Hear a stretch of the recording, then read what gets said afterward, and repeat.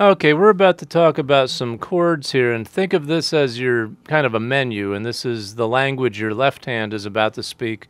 So we're going to look over here, and this is your A major chord, and you won't see everybody finger it the way I'm doing here, and I'll explain why I prefer this fingering in a second. But you'll notice I have my index finger 1 on string 3, fret 2, and my left hand second finger is on string 4, fret 2, and my third finger drops below that. So that's my A, and you'll notice up here that strings 5 and 1 are open, they're not pressed down. So you do want to strum those, and string 6, you see there's a little X over that, so you don't really want to play that right now. So there's your A, and then if you look over here to your D, this is exactly one of the examples of why I play this A this way. If you can see what's happening here with fingers 1, 2, and 3, take a look at my left hand. What I like to do here is I lift my middle finger, I slide my ring finger up to the 3rd fret, and then I drop my middle finger down to fret 2, string 1. So as a result, technically I'm only lifting one finger, this middle finger, and I still get to keep fingers 1 and 3 down when I'm transferring from the A to the D that way. Okay, so that's those two chords right there, and for the D, even though normally you'd like something called the root in the bass here, which is the D, it's acceptable to play this 5 here, so that can sound fine. I'll explain a little bit more about that later. So let's take a look at the next batch of chords here. Just have a couple simple ones. We have an E major, and you'll notice you're strumming all 6 strings here, so even though 6, 2, and 1 are not played with a left-hand finger, you do want to strum those. Okay, now as I move over here to this E chord, you can see my left hand shift from the D to the E, and once again my index finger is acting sort of as a guide finger. It's sliding back to fret 1, and then my top fingers 2 and 3 drop down on strings 5 and 4, fret 2.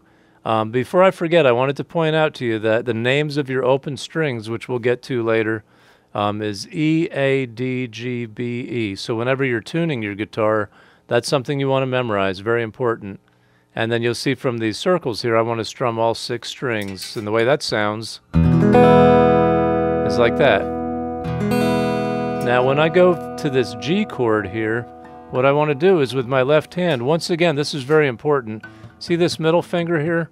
Number 2 on string 5, fret 2. When I'm going to my G, it acts sort of as an anchor finger.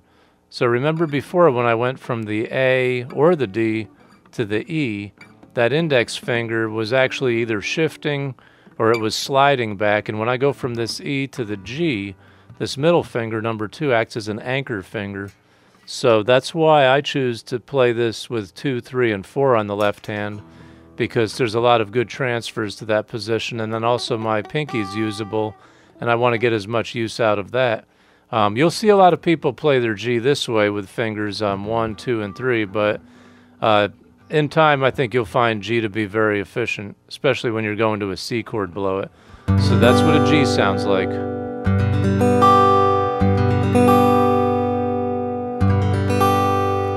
Okay, now let's move right along. And what we have here, I don't tend to use these as much. I mean, if you're a beginner, I wouldn't fret about this too much. There you go. But just so you know what they are, for the B major, you'll see right here we're at fret 4 and also fret 2, and my fingers are stacked this way with 2, 3, and 4, and my index is on string 1, fret 2, and that would sound.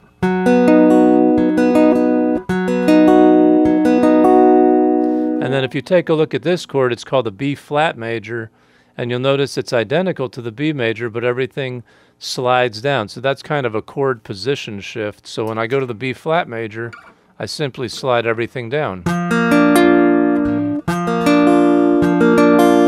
So that's what you have right there. Now these are a couple that we're going to be using throughout most of this lesson here in the next couple 3 coming up. But the difference in the C major and the full C major is a regular C major, you'll see, is only on strings 5 through 1 because we don't play string 6. And that's what that sounds like.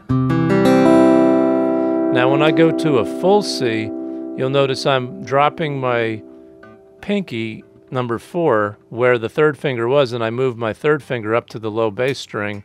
So I have these 2 down. And And that's what that sounds like. So we're going to be using that a lot in just a little bit here. Let's take a look at this next one here.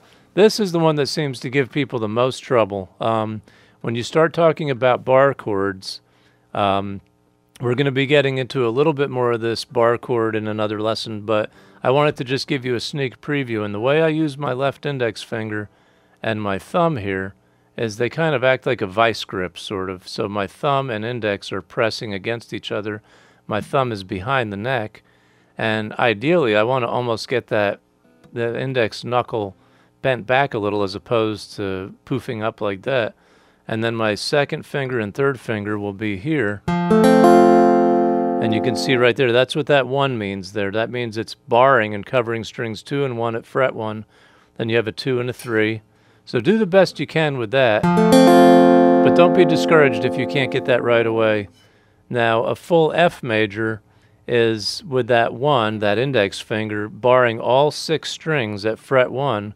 Then you'll have fingers 2, 3, and 4. And if you take a look at this configuration here, you'll notice that this 2, 3, and 4 actually look exactly like an E chord with these 3 fingers. And technically this index finger is acting as a new nut. And the way that full F sounds is like that. But I almost wouldn't recommend this for beginners if you're just starting off. And something I wanted to point out here too is with your left hand, how hard you have to press down. Your action is how high the strings are off of this fingerboard.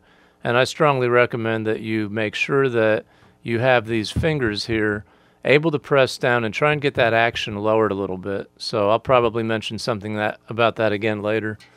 Now coming back over to here, we have a couple of more bar chords, and these are identical to what we just did, okay, with the half F and the half G. And what you can see here is with the left hand, I had been doing a half F here. If I slide it up here, it's the same fingering, so it's just a chord shape movement. That's an F, that's a G. If I do a full F, then what you can see here is there's my full G. So once again, I would kind of hold back on these right off the bat because the most important thing is I do not want you getting discouraged. Okay, now we'll take a look at some minor chords, and we'll talk about this more in the theory, but the quality of a chord, which is whether it's major, minor, seventh, has to do with, that's going to be the sound you get, the mood of it, for example. So you'll notice with this A minor, to make it easy for you, if you were to look at that configuration on 1, 2, and 3, it's identical to an E chord. So with my left hand, if I was up here playing that E major, if I just lower every single finger, 1 string, that's an A minor, and you can see that right there. Now I want to point something out to you while we're on this. Here's an A minor, a simple transition. If I just lifted that 3rd finger and brought it up to string 5, that's my C major. So we played that before. So know that from an A minor, do not do this move. I see this a lot where they lift their hands off and replant everything. There's no need to lift off and then replant when you can just do that to that. Now this is a D minor, and this chord here, we want to strum 5 strings. We can get away with that. And then that's finger 1, 2, and 3. So try and get used to that sound. That's a nice one. And then we happen to have another B minor. And this is back into the bar chords, but let's take a look real quick at this. Take a look at this half B minor right here. I'm going to start you with that before we go to the full B minor. So what we want to do here is check out, and you'll notice that we have finger 1 right here. That's on string 1, fret 2. The second finger's on string 2, fret 3, and then 3rd finger's on string 4, fret 4, and the pinky comes right below it on fret 4, string 3. And that's your half B minor. Now all you have to do is your fingers stay in place, and they actually look like an A minor chord slid up 2 frets. And then if you lay your bar down and cover 5 strings only, that's what a B minor sounds like, okay? And let's see, we have a C minor and a half C minor. So once again, you'll learn about this a little bit more in theory, but what we're doing is taking a chord shape. There's a B minor, and if you slide it up 1 fret, okay, that's a C minor. Same thing if I had the half bar or full bar here. That's a B minor. You come up, that's a C minor. I wouldn't worry too much about those right now, but practice the bars a little bit later on, okay?